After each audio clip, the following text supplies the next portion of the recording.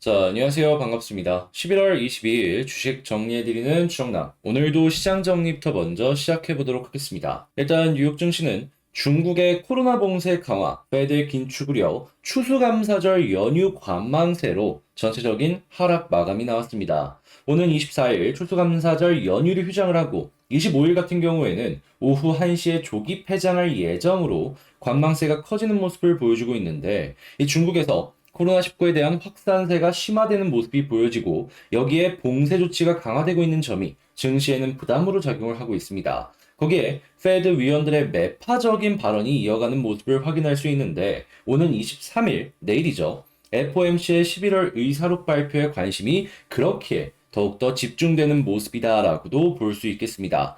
자, 그리고 샌프란시스코 연은 총재는 페드의 기준금리와 금리 환경 긴축 간의 차이를 고려할 필요가 있다며 이를 무시한다면 과도한 긴축의 가능성이 커질 수 있다라고 약간 시장의 속도 조절에 대한 기대감이 커지는 발언을 했는데 일단 서로 간의 의견이 너무나도 나뉘고 있는 부분이 보여지고 있기 때문에 이러한 부분은 그냥 의견이 있는구나 요 정도로 참고를 하시면서 보시면 좋을 것 같습니다. 자, 국제유가는 WTI 기준 79.73달러로 마이너스 0.44% 하락 마감하였고요. 채권은 혼조, 달러는 강세, 금 가격은 하락 마감하였습니다. 자, 그러면 좀 더 디테일한 내용을 위해서 뉴스 하나씩 살펴보도록 할게요. 자, 일단 가장 먼저 미국을 좀 보자면 계속해서 여러 가지 경제 지표들을 놓고 보았을 때 조금씩 꺾이는 모습이 보여지고 있습니다. 아직까지는 경기 침체라고 하긴 그렇긴 하지만 둔화세는 확실하게 보여지기 시작을 했다. 자, 그렇기 때문에 일단 미국이 둔화가 계속해서 이어지고 있는 가운데 침체까지 연결이 될지 안 될지 이 부분을 포인트로 잡아서 하나씩 보시면 좋을 것 같습니다. 지금 말씀드렸다시피 샌프란시스코 연 총재 같은 경우에는 금융 환경, 실제보다 더 긴축할 수도 있기 때문에 이 차이를 고려해야 된다라는 의견을 내놨는데 실제로 미국 같은 경우에는 이 물가적인 부분이 조금씩 꺾이기 시작을 했죠. 그러다 보니까 너무 과도하게 긴축을 하는 것이 아니냐 이런 식의 이야기를 샌프란 연은 총재가 이야기를 한 것이기 때문에 실제로 물가가 계속 잡히게 된다면은 힘을 얻을 수 있으니까 이러한 이 발언에 대해서 꾸준하게 나오는 걸 물가와 함께 연동해서 보시면 좋을 것 같고요. 자, 그리고 중국 같은 경우에는 제로 코로나 정책 계속 완화가 멀어지나라는 얘기가 계속 나오고 있습니다. 사망자도 속출하는 모습이 보여지고 있기 때문에 이 중국의 정치인 입장에서도 상당히 부담이 될 수밖에 없을 것이다. 이렇게 생각을 해볼 수가 있거든요. 자, 그래서 이러한 부분이 전 세계 증시의 불안함으로, 부담감으로 작용을 하는 부분, 요걸 포인트로 삼아가지고 하나씩 보는 것도 괜찮을 것 같습니다. 자, 그리고 당연스럽게 중국이 이런 모습이 보여지게 된다면은 안전자산으로 자금이 이동하는 모습은 당연한 것이고, 이러한 부분은 달러의 강화, 그리고 엔화의 환율도 급등하는 모습이 보여지게 되면서 한국 입장에서는 이 원화의 약세로 연결되기 때문에 이 외국인 매도세에 대한 부담감, 이런 건 생각을 하시면서 보시면 좋을 것 같고, 그리고 긴축은 유럽 역시도 계속해서 진행이 되고 있기 때문에 이 전 세계 긴축 부담과 더해서 이 원화 환율의 약세는 이 한국 증시의 부담으로 작용을 할 것이다. 이런 부분 생각을 하시면서 보시면 좋을 것 같습니다. 특히나 유럽 보세요. 이 PPI가 생산자 물가 지수라고 해가지고 이 공장을 돌리는데 물가가 어느 정도 증가를 했는지 이런 부분은 수치를 알 수 있는 거거든요. 근데 34.5% 말이 됩니까?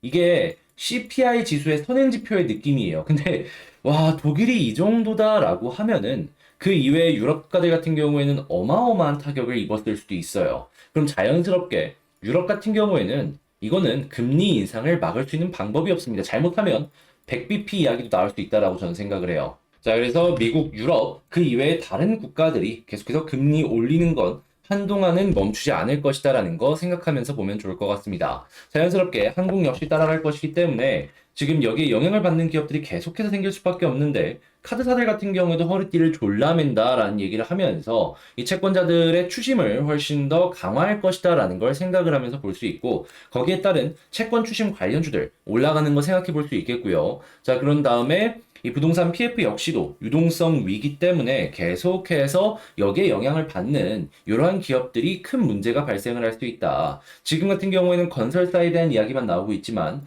증권사 역시도 부동산 PF로 재미를 봤던 기업들이 상당히 많거든요. 그 재미 한 번에 뱉어낼 수 있으니까 이 증권사도 조심을 하시면서 보시면 좋을 것 같고, 자연스럽게 시장의 유동성이 말라가다 보니까 기술주들 같은 경우에는 저평가를 받을 수밖에 없는데, 특히나 타격을 받은 분이 어디다? 스타트업들이다. 스타트업의 특징이 뭡니까? 지금 당장의 실적은 안 나오더라도 이 미래에 대한 밸류를 지금 계속 홍보를 하면서 끌고 오는 거잖아요. 자, 그랬을 때 시장의 유동성이 높아야지 이 미래에 대한 밸류를 훨씬 더 많이 끌고 올 수 있는데, 유동성이 작으면 밸류를 끌고 오는 힘이 약해질 수밖에 없고, 이런 부분은 가격의 하락으로 연결을 시킬 수밖에 없겠죠. 자, 그러면 자연스럽게 실적 안 나온다? 그럼 그냥 주구장창 빠지는 겁니다.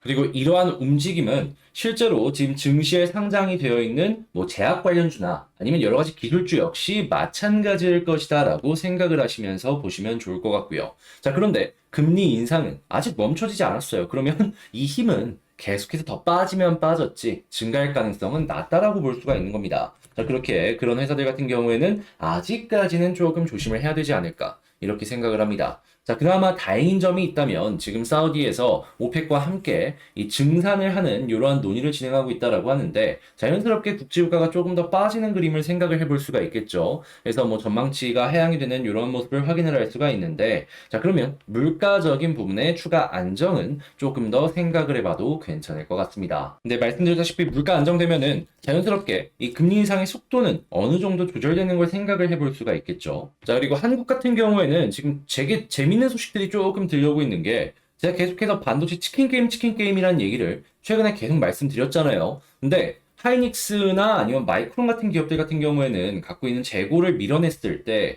이게 수익으로 연결시키기가 되게 힘들다라는 얘기가 나오고 있습니다. 근데 삼성전자만큼은 그게 좀 다를 수 있다, 이런 내용이 나오고 있습니다. 이 점유율 1등의 엄청난 효과다, 이런 얘기들을 하고 있는데, 자, 그렇게 삼성전자는 더욱더 부각이 될 가능성이 높다라는 이야기가 시중에서 나오고 있기 때문에, 삼성 같은 경우에는 이런 부분 관련해서 한번 보시고, 여기에 이제 제품이나 여러 가지를 납품하는 관련주들, 이런 것들도 한번 보시면 좋을 것 같고요. 자, 그리고 지금 이런 치킨 게임들 때문에, 그리고 중국의 봉쇄 이야기 때문에 삼성의 점유율은 점점 높아지고 있는 모습도 확인을 할 수가 있습니다.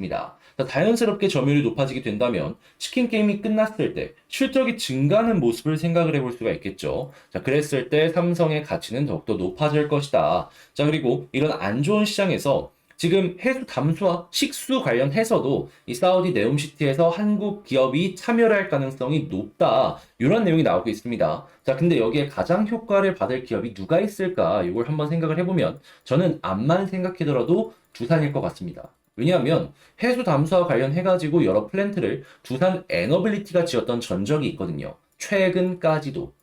그러면 신뢰도가 어느 정도 올라와 있는 상황일 텐데, 이번에도 두산에 손을 어느 정도 내밀려는 움직임, 요거 보여주지 않겠습니까?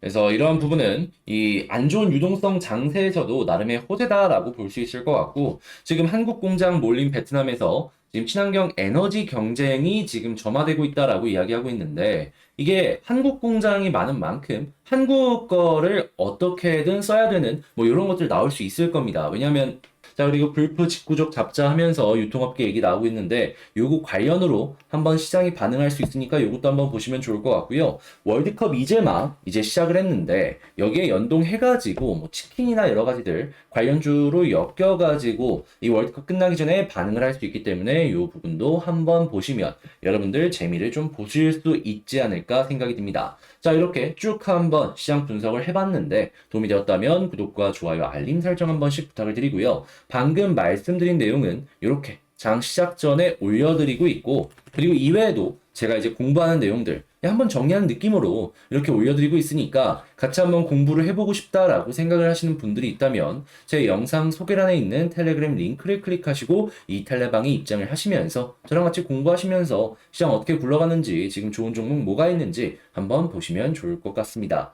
자, 그러면 개별 종목 한번 보도록 할게요. 자, 제가 이번에 가지고 온 종목은 두산 에너빌리티를 가지고 왔습니다. 역시 61선 지지하니까 확실히 힘있는 모습 오늘도 보여주고 있죠. 자, 그러면 현재 위치에서 추가 상승을 위해서 우리가 포인트를 어떤 걸 잡아야 될지 하나씩 살펴보도록 하겠습니다. 자, 일단 제일 먼저 이 두산 에너빌리티 관련된 소식 들려오는 거 보면은 지금 계속 원전이랑 해상풍력, 수소 이러한 쪽으로 이야기가 많이 나오고 있는 걸 확인을 할 수가 있습니다. 그 중에서도 원전에 대한 이야기가 가장 많이 나오고 있는 걸 확인을 할 수가 있는데 다 알고 있는 내용 말고 추가적으로 조금만 더 말씀을 드리자면은 현재 이 두산 에너빌리티인 자회사인 퓨얼셀에서 수소 연료 전지를 중국에 굉장히 많은 양을 수출하는 이 계약을 따낸 걸 확인을 할 수가 있잖아요. 그리고 에너빌리티는 자회사와 함께 수소 생태계 관련된 기술을 연구 개발하고 상용화하는 데 열을 올리고 있습니다. 가장 대표적인 예시로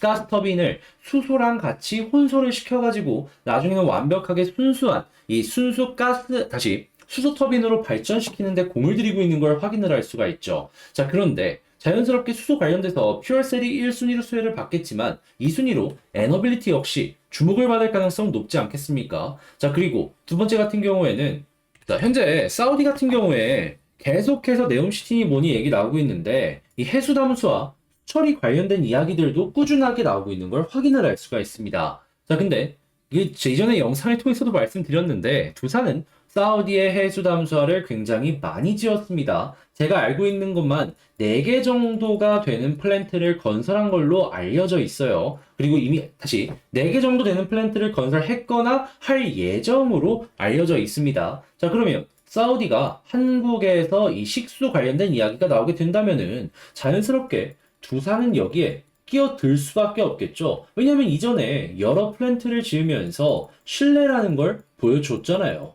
신뢰를 보여준 만큼 이러한 부분은 보답이 될 가능성이 높지 않나 생각을 해볼 수가 있는 것이죠. 그러면 해수 탐사는 물론이거니와 이 원전이나 다양한 부분에 수혜를 자연스럽게 연결해서 볼 가능성이 높을 수 있다라고 할 수 있는 것이고 이런 것들이 어느 순간 수급을 연결시키는 호재로 보여줄 수 있겠구나 이렇게 생각할 수 있는 거 아니겠습니까? 자, 그래서 물론 알고 있는 내용도 많이 나오고 그리고 새롭지만 기존에 있는 내용과 연결되는 내용이 많다 보니까 뉴스 하나만으로 급등하는 모습이 보여지는 건 아니지만 이런 것들이 쌓이다 보면은 어느 순간 두산 입장에선 이거는 너무 좋은 상황이다 이런 것들을 생각을 해볼 수가 있을 것 같다. 이게 현재 뉴스 정리인 것 같습니다. 자, 그러면 수급과 현재 차트에 대해서 보도록 하면은 자, 최근에 여기서 횡보하는 구간에서 외국인 기관 드디어 이 입질이 오기 시작했습니다. 자, 그리고 오늘 같은 경우에도 많은 상승은 아니지만 이 둘이 이렇게 건드려주는 모습이 보여지면서 반등하기 시작했어요.